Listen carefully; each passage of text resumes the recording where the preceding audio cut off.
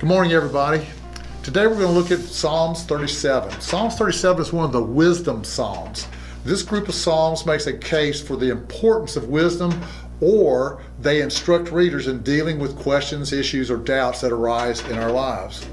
Now, just as a piece of information about the book of Psalms, Jesus Christ used quotes from the book of Psalms more than from any other part of the Old Testament.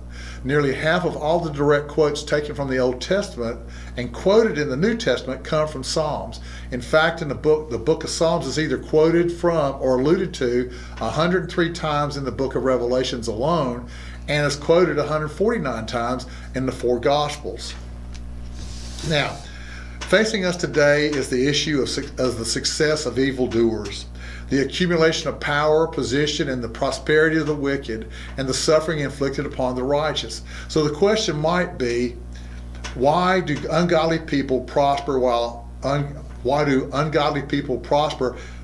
godly struggle through life? Now, Psalms 37 attempts to give us the reassurance that we should not worry about what evildoers do or accomplish, that we are not to be influenced or envious of them. So Psalms 37:1 starts out with, "Fret not thyself because of evildoers, neither be thou envious against the workers of iniquity." Now, Aristotle wrote, "We have a special emotion implanted in our nature which causes us to fret or worry when we witness undeserved prosperity." In other words, we see people who are getting ahead and they haven't done anything. They're just getting ahead with no effort whatsoever. They don't deserve it. So now, one of the Levites, priests that King David worked with, were assigned to work in the tabernacle choir. Asaph was one of these men. Asaph and David were skilled singers and poets.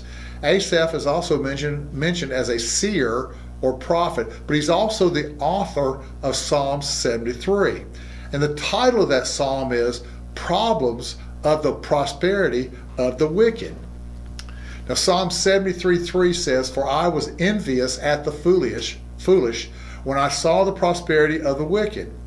Jeremiah 12:1 tells us, "You are always righteous, Lord. When I bring a case before you, yet I would speak with you about your justice. Why does the way of the wicked prosper? Why do the faithless live at ease?" And then Malachi 3:15, "But now we call the arrogant blessed. Certainly evildoers prosper. Even when they put God to test, they get away with it." So here's Jeremiah, Malachi, and Asaph all ask the question, or they make a statement that we have all made in the past. Why do the bad evildoers prosper?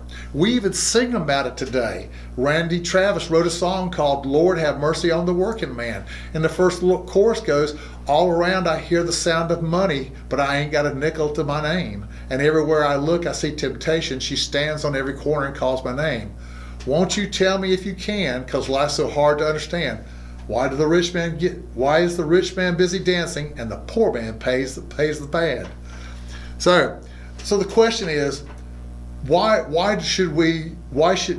we envious of these people? Why do we let them get under our skin? But Psalm 37:2 tells us, "For they shall be cut down like grass and wither as the green herb." So their life of prosperity is short. Psalms 27:16 and 17. "When I tried to understand all this, it troubled me deeply till I entered the sanctuary of God. Then I understood their final destiny." And Zophar, who was one of the three friends of Job, added this in Job 20 verses 4 and 5. "Surely you know how it has been from the old, ever since mankind was placed on the earth, that the mirth of the wicked is brief, and the joy of the godless lasts but a moment." Once we understand these things, then we understand why we shouldn't be envious or influenced by the evildoers and their prosperity. Verse 3 through 5 tells us, "Trust in the Lord and do good, so shalt thou dwell in the land, and verily thou shalt be fed. Delight thyself also in the Lord, and he shall give thee the desires of thine heart. Commit thy way unto the Lord, trust also in him, and he shall bring it to pass." So verse 1 says, Verse 1 spoke of worrying and envying of what evildoers do who prosper without fear. But verses 3 through 5 tells us that we need to trust in the Lord, delight ourselves in the Lord, commit our way unto the Lord, and pay no attention to the evildoers and their activities. Verse 3 says, trust in the Lord. That is having faith in the Lord. Jeremiah 17:7-8. Blessed is the man who trusts in the Lord and whose hope is the Lord. For he shall be like a tree planted by the waters, which spreads out its roots by the river and will not fear when the heat comes. Trust is inseparable from faith. In Scripture, faith is defined as the substance of things hoped for, the evidence of things not seen. Hebrews 11:1. In other words, faith involves trusting in something you cannot explicitly prove. Having faith and trust is having the confidence that God can and will do what he says in his word. Now, verse 4 says, delight in the Lord. I will admit to you that I spoke to the pastor and I said, I had a hard time understanding what delight in the Lord is. How involved is that? But I found this definition by Albert Barnes. The meaning is here, he says, that we should seek our happiness in God, in his being, in his perfection, in his friendship, in his work, and in his love. So, do you find delight in life? Do you find joy, happiness? Do you appreciate God's work? Now, for me personally, I feed the deer in my yard and I enjoy their gracefulness and the beauty. These are God's work. I also feed the birds. I have 5 bird feeders. The act of watching them fly amazes me. Their songs entertain me. Their colors of their feathers get my attention. This is also God's work. The squirrels, or as some of you call them, the tree rats, entertain me running up and down the trees. They amaze me in how they find a way to get into my bird feeders. This is all God's work. Watching a garden come into bloom, finding that first tomato on your vine.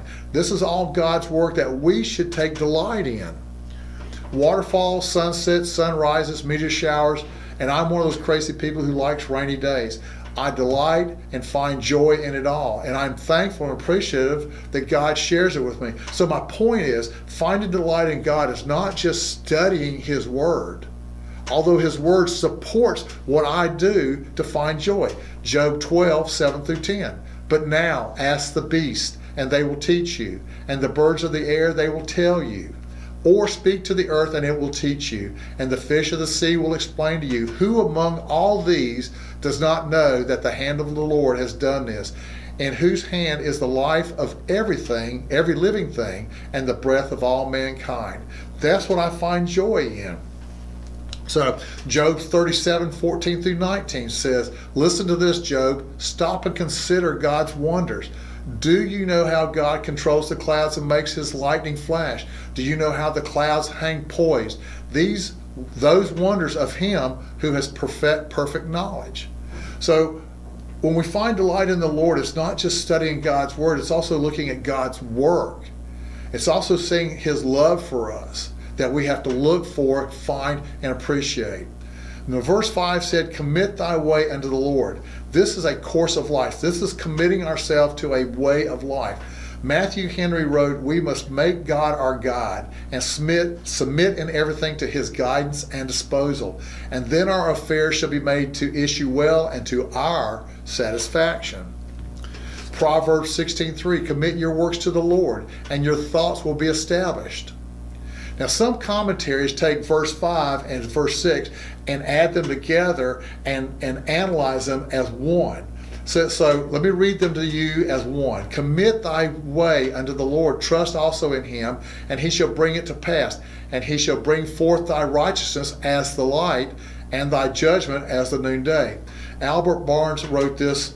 It says, if reproach or slander comes upon you from the devices of wicked people in such a way that you cannot meet it, then if you will commit to the case of the Lord, he will protect your character and will cause the clouds to disperse, and all to be as clear in reference to your character and the motives of your conduct as the sun is without cloud. This is how verse 6 is. When someone brings forth a question of your righteousness, then God will bring it to light. He will show the people through your actions, through your work ethics, through your thoughts, through your words, and he will be as clear as day, clear as the sun without a cloud, where your life, what your life follows. Now, verse 7 and 8, rest in the Lord and wait patiently for him. Fret not thyself because of him who prospereth in his way, because of the man who bringeth wicked devices to pass. Cease from anger and forsake wrath. Fret not thyself in any wise to do evil.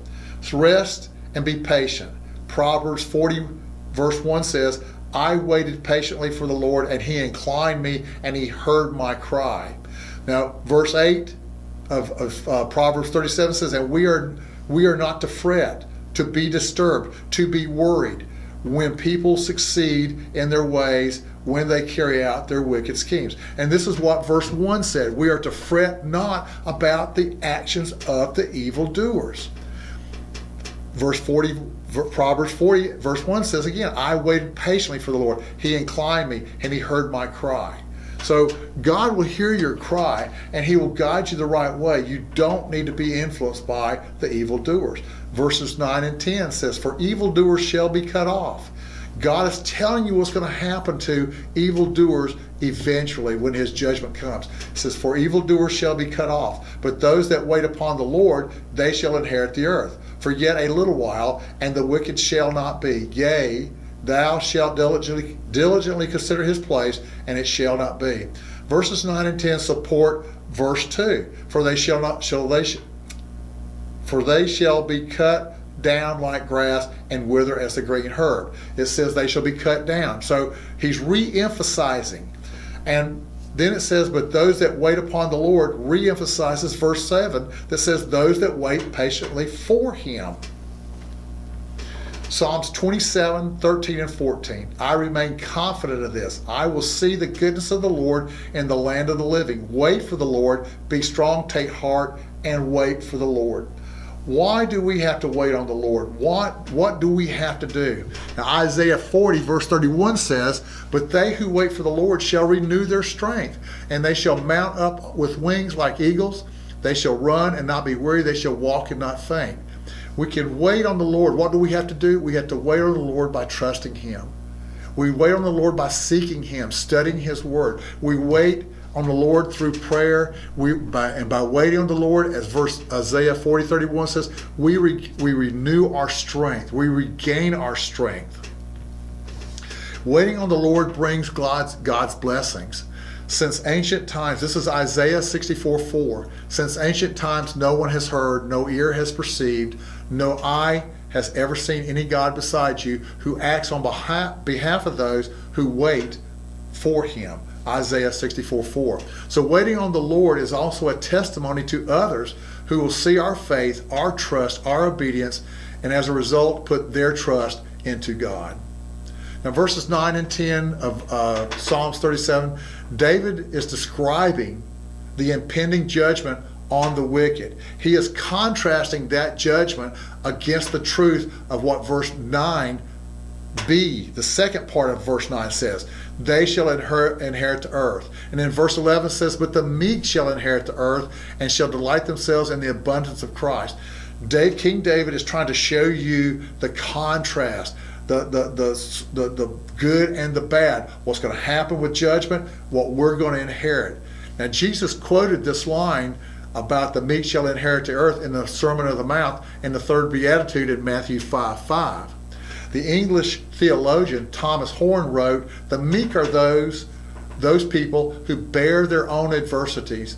They are the ones, the prosperity of, let me start again please. The meek are they who bear their own adversities and the prosperity of the enemies without envy, anger, or complaint. In other words, we deal with our own problems in our way through our trust in God. We don't worry about what these other people are doing about getting ahead, and we don't envy them. We don't get angry with them. There's no reason to complain about them. Verse 12 through 15 says, the wicked plotteth against the just, and gnasheth upon him with his teeth.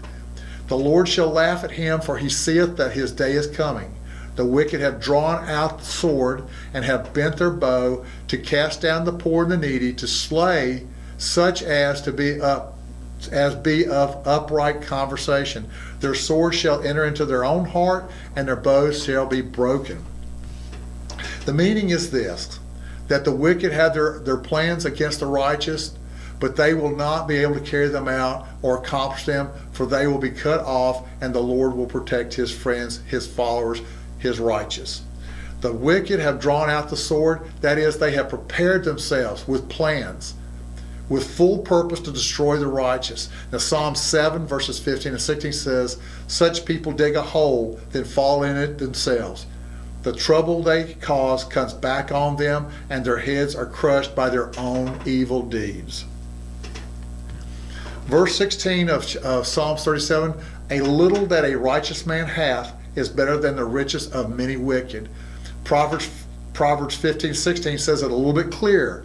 Better is a little with the fear of the Lord than great treasures with trouble. And in Proverbs 16:8, better is a little with the righteous than vast revenues without justice.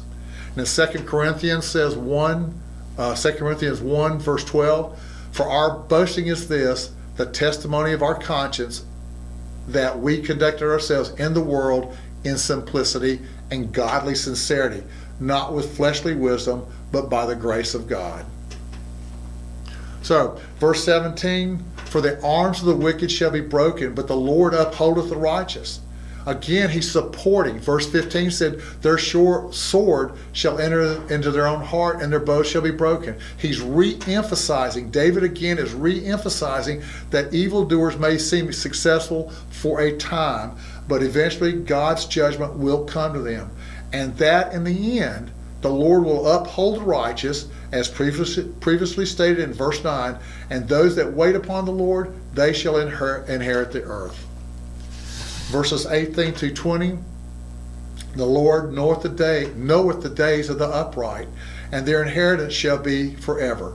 They shall not be ashamed in the evil times, and in the days of famine they shall be satisfied. But the wicked shall perish, and the enemies of the Lord shall be as the fat of the lambs. They shall consume into the smoke, they shall consume away. So verse 18, the Lord knoweth the days of the upright. Day by day the Lord observes the good deeds done by godly men, the obedience done by godly men, and the faith of the godly men, and gives them their eternal rewards when the time comes. When it says their inheritance shall be forever, 1 Peter 1, 3 through 5.